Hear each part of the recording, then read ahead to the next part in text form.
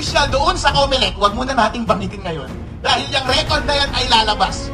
Meron po, napatunayan po na tumanggap na 25 million pesos mula sa isang local candidate. Ang problema, tumanggap din mula sa kabilang kandidato.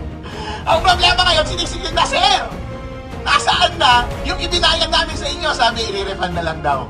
Pero daw, ang problema, nabayaran na daw yung mga ibang commissioner. Abangan po ninyo, lalabas po yung recorded na video na iyan. Ang problema po, sabi, bawi na lang ako sa protest. Na-protest ka naman eh. Ako bilang abogado ay isa rin akong IT expert. Bago ako naging abogado ay isa akong CPA. Nagtrabaho ako sa Deloitte, ang #1 auditing firm sa buong mundo. At ang expertise ko was Information Systems Audit. Kaya alam ko ang lahat ng mga bagay na yan. Marunong akong mag-code at marunong akong mag-hack.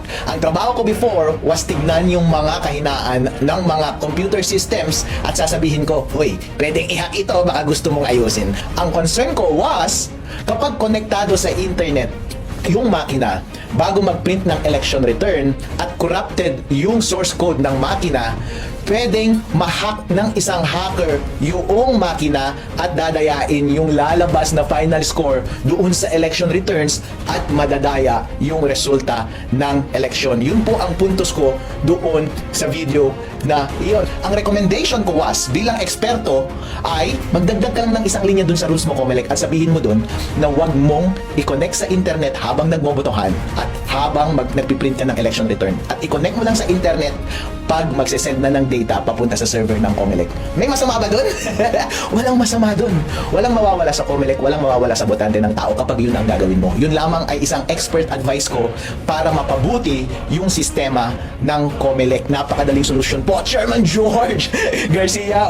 Sir, tinawag po ninyong traidor ang Commission on Elections, particularly po ang chairman. Bakit po niyo nasabi yun, sir? Madiin po yung inyong mga pahayag. Bakit niyo nasabi yun, attorney? Traidor ng tiwala ng taong bayan. Yun ang grounds natin para i-impeach ang mga taong ito. Sa ating konstitusyon, isang paraan lamang para mapanagot ang mga commissioner sa kanilang mga katiwalian. At yan ay through impeachment. So anong grounds ang pwede natin gawin para ma-impeach sila? Betrayal of public trust. Sa Tagalog, pagtatraidor ng tiwala ng taong bayan.